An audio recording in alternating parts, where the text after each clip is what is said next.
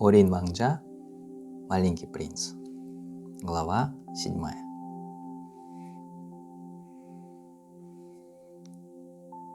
다섯 번째 날, 이번에도 양 덕분에 어린 왕자의 삶의 비밀을 하나 알 수 있었다.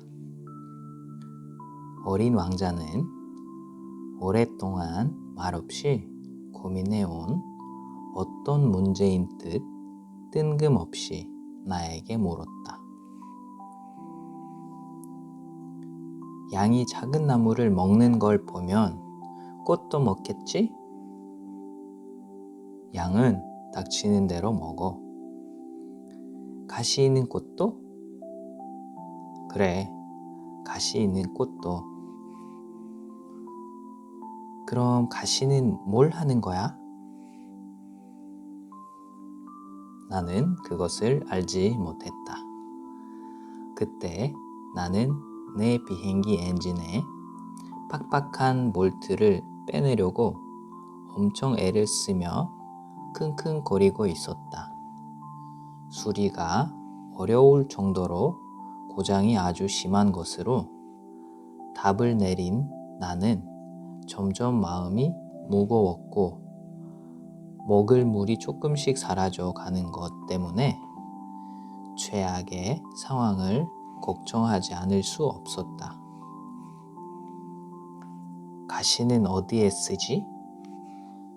한번 질문을 시작하면 어린 왕자는 포기하지 않았다.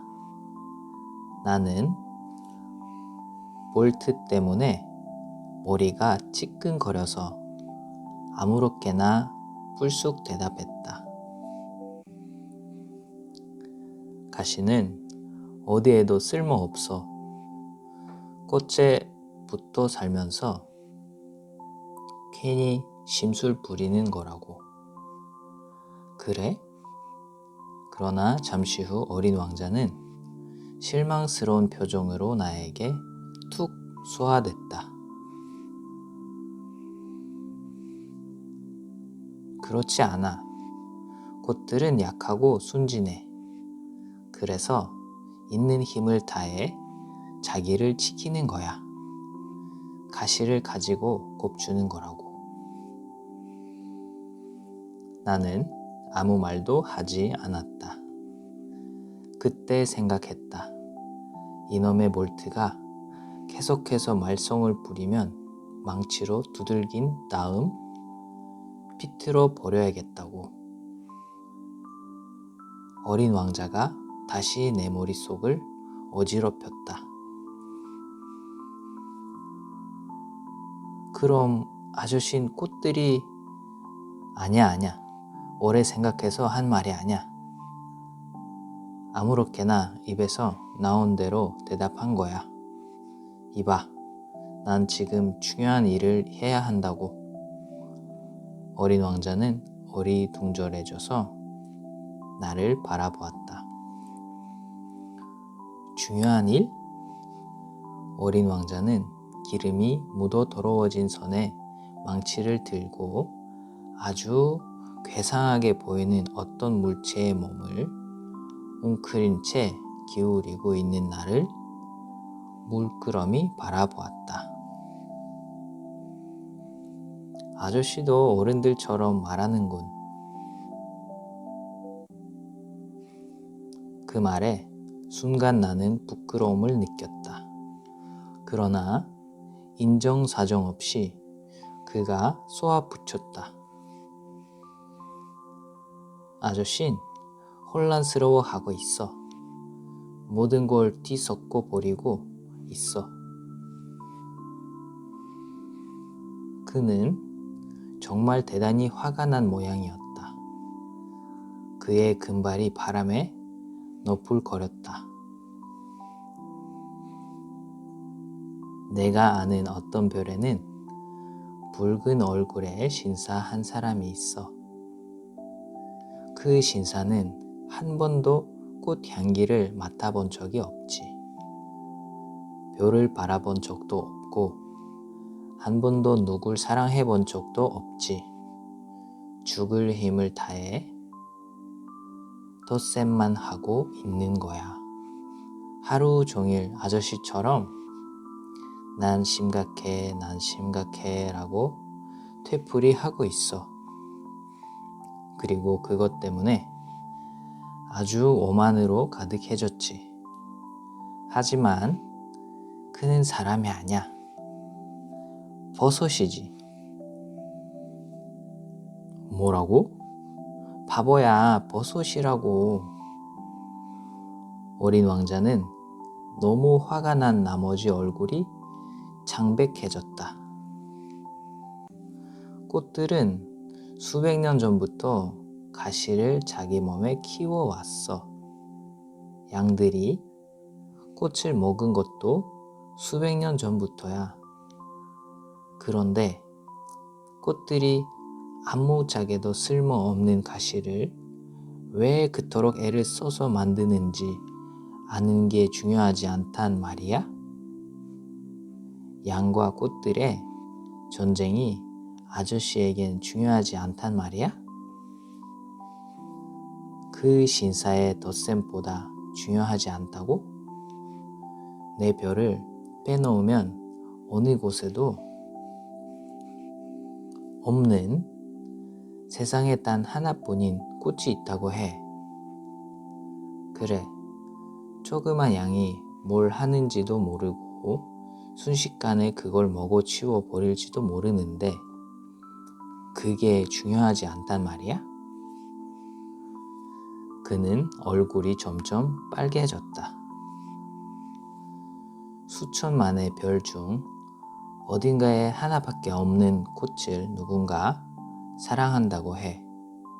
그럼 별을 바라보기만 해도 엄청 행복해질 텐데 내 꽃이 저기 어디에 있겠지라고 생각하며 말이야. 그런데 양이 그 꽃을 후루룩 먹어버리면 그이에게는 그 모든 별들이 빛을 잃어버리게 될 텐데 그래도 그게 아저씨에겐 중요하지 않단 말이야? 그는 목이 메는지 더 말을 잇지 못했다. 그러고는 갑자기 울음을 터뜨렸다. 곧 밤이 찾아왔다. 나는 쥐고 있던 연장들을 던져버렸다. 망치도 볼트도 갈증도 생사의 공포 따위도 모두 마음속에서 시들해졌다. 지금 어떤 행성에 이 지구 위에는 내가 달래야 할 어린 왕자가 있다. 나는 어린 왕자를 껴안았다. 그리고 그를 달래며 말했다. 네가 사랑하는 꽃이 위험하지 않도록 내가 양에게 쉬울 굴레를 하나 그려줄게. 꽃을 보호할 울타리를 그려줄게. 나는 더 이상 무슨 소리를 해야 할지 알 수 없었다. 무슨 짓을 해야 할지, 어떻게 그를 진정시킬지, 어떻게 해야 어린 왕자의 마음을 다시 돌려놓을 수 있을지 도무지 알 수 없었다. 눈물의 나라란 참으로 먹먹하고 신비한 것이다. Глава 8. 나는 꽃 그 꽃에 대해 더 잘 알게 되었다. 어린 왕자의 별에는 오래전부터 꽃잎이 한 겹뿐인 아주 단순한 꽃들이 있었는데 그것들은 자리를 많이 차지하지도 않았고 사람을 괴롭히지도 않았다. 그것들은 어느 날 아침 풀 사이로 나타났다가 저녁이면 사라져 버렸다. 그런데 어느 날 어디서 날아왔는지 알 수 없는 시에서 그 꽃에 싹이 트기 시작했다. 어린 왕자는 다른 싹과 다르게 생긴 그것을 아주 가까이서 살펴보았다. 새로운 종류의 바오밥 나무인지도 모르잖아. 그러나 그 어린 나무는 이내 자라기를 멈추고 꽃을 피울 준비를 했다. 대단한 꽃봉오리가 맺는 것을 지켜본 어린 왕자는 거기에서 어떤 신비스러운 것이 나타나리라 생각했다. 그러나 꽃은 오랫동안 푸른 방 속에 숨어 자신을 꾸미고만 있었다. 조심스럽게 색깔을 고르고 천천히 옷을 입고 하나하나 자신의 꽃잎을 다듬었다. 개양귀비처럼 헝그러진 모습은 보이기 싫었던 모양이다. 아름다움이 가장 절정일 때 나타나고 싶었던 것이다. 정말이지 무척 치장을 좋아하는 꽃이었다.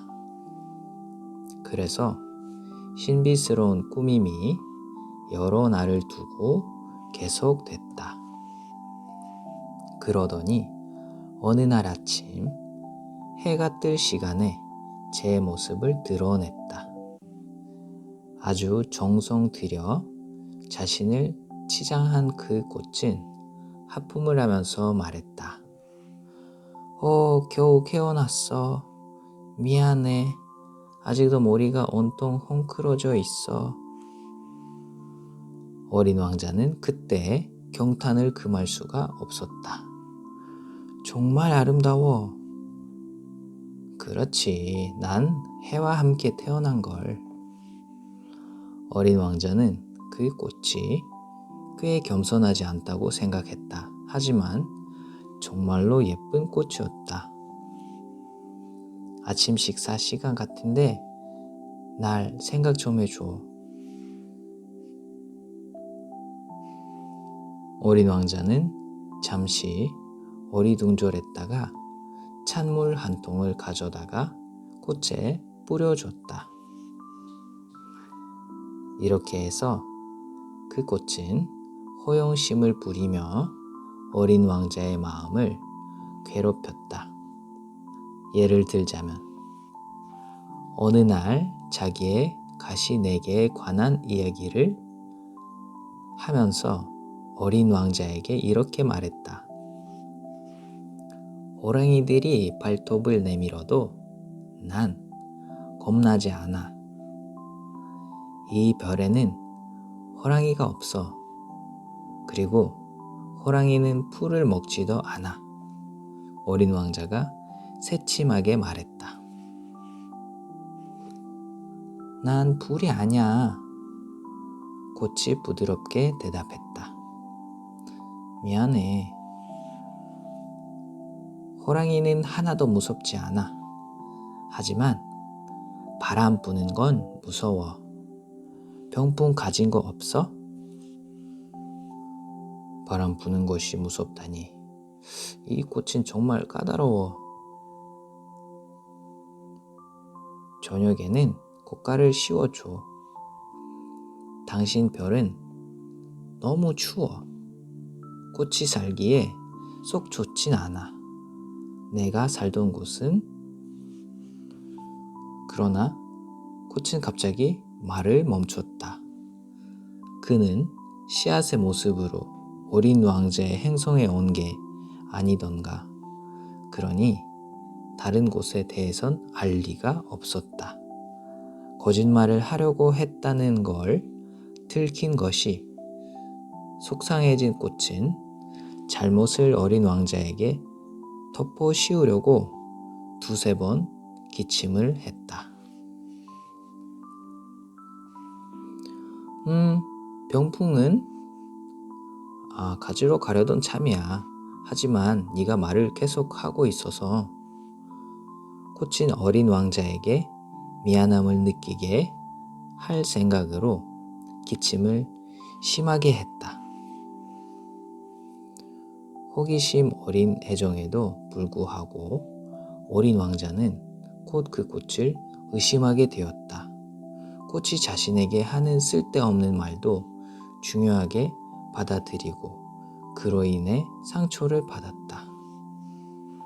어느 날 그는 나에게 고백했다. 꽃이 하는 말을 모두 듣지는 말 걸 그랬어. 꽃이 하는 말은 들어서는 안 돼. 그냥 바라보고 향기를 맡아야 한다고. 내 꽃도 내 별에 향기를 주고 있었는데 난 그걸 그냥 즐길 줄 몰랐거든.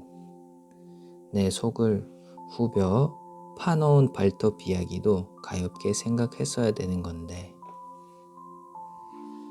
그는 계속 속을 털어놓았다.